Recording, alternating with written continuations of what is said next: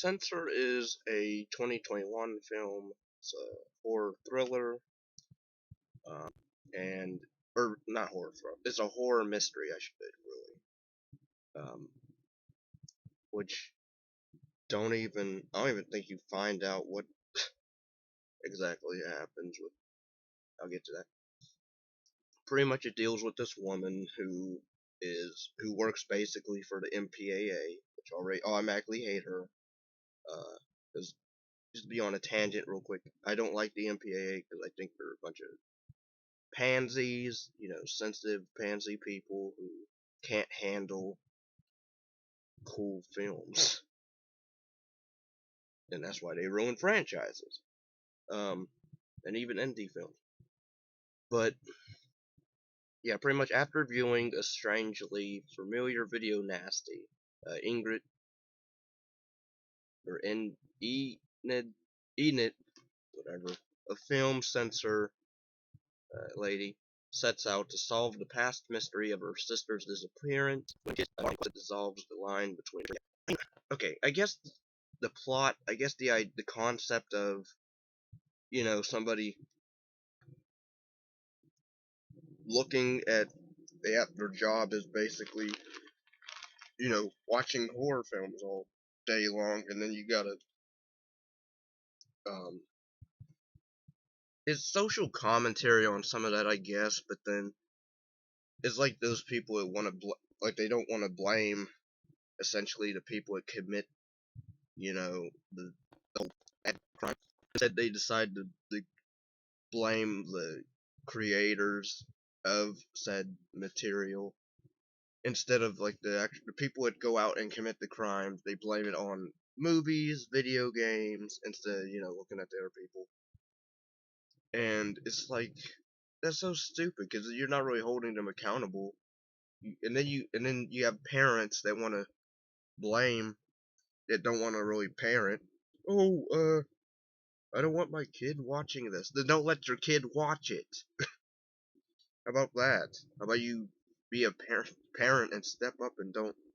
How about you monitor what your kid's watching then? Simple as that. But so yeah. Anyway, yeah, this film it tries to do the '80s thing because I guess it's set in the '80s during when I guess this is supposed to be in Britain, the British, you know, country time of the MPAA, where they were really cracking down on horror films, or even other films as well. But I mean, this woman, Enid, she had a sister when they were younger, and pretty much it tries to do this mystery thing of what happened to her because she's either she was kidnapped or either she killed her, and she like blacked it out, edited out of her mind, I guess. In her mind, she thinks she was taken, but they try to get on with their lives. Um, I could, okay. The editing is fine in this. That was decent. The look of the film's really good. I like the '80s, uh, since aesthetic. I like the '80s feel of it. Um, and maybe the soundtrack was okay. Uh, the acting's fine from everyone, even the lead woman. It's directed by Prano Bailey-Bond, and she also co-wrote it with Annie Fletcher. Um, the woman that plays the lead, I know I saw her I swear I saw her in a movie before. But yeah, this is on Shudder if you want to watch it. I mean, again, it's not really an amazing movie to me. I saw so many praising reviews and raving reviews.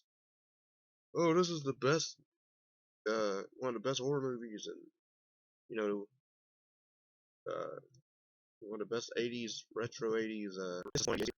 I mean, even the final act I was confused. I mean, the chick's already unhinged throughout this movie before she. I mean, maybe you know, even towards the end, like I was confused, and even towards the very very end, I was very confused of what was going on. Because then it tries to do this whole, it does this weird thing where it flickers the picture, and like you'll cut out, it cuts like back to reality, I guess, but then it cuts to like this euphoric Midsommar wannabe uh ending, which I'm like, oh, so great. So so another crappy, overrated movie you want to remind me of that I sat down and watched, that I need to watch again so I can rant on it. Um, Midsummer is that's what it reminded me of just now. Midsommar or Midsummer, whatever it's called. That overrated piece of, this is like it tries to do that at the end, and so, but again, I'm not gonna, give it. I don't want to say it's a horrible movie because it's not like that movie, although the end. I didn't really care about her. That was the problem. Like I didn't care about her because she works for a company. They need to just retire that organization. I mean, I get why they exist, but if somebody wants to make a all all out horror film and they want to put whatever they want in the horror film, as much blood as they want, let them do it. I don't see why you have to dictate over what. I think that should be allowed in theaters. They should be able to. Filmmaker wants to make it, well, not unrated, actually be unrated on DVD or in theater. I think that should be a thing. And actually, fine, you want to be more hardcore on, not letting kids in the theater see R-rated films, even though whatever. I saw R-rated films when I was younger, but whatever. But they take notes on what needs to come out, like eye gouging, too much eye gouging or whatever she stupidly said. I'm like, it's a horror movie. I think that's allowed. Um, and then they do this whole thing of, oh, this guy killed his family over some movie called Deranged. Like they passed, allowed it to come out, I guess. And her boss is mad at her, and then it does this whole, oh, she thinks she's seeing her sister around town, around the city, and then she thinks this actress is her sister in this other horror movie that they're making, and she goes to meet the producer guy, and then he dies.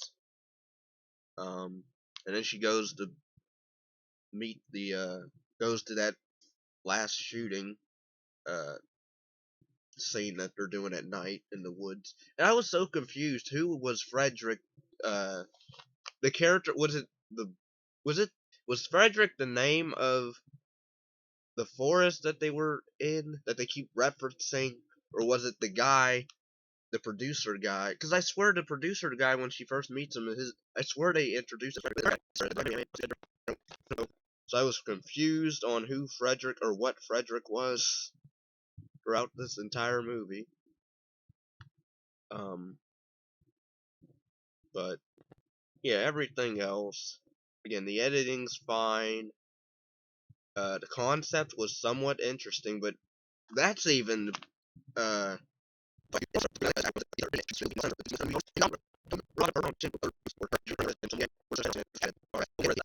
If you saw this movie, you can explain it to me, because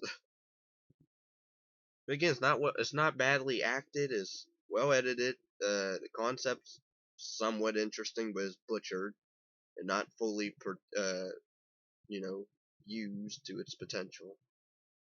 Uh, and the ending sucks balls because, oh, and also the character of in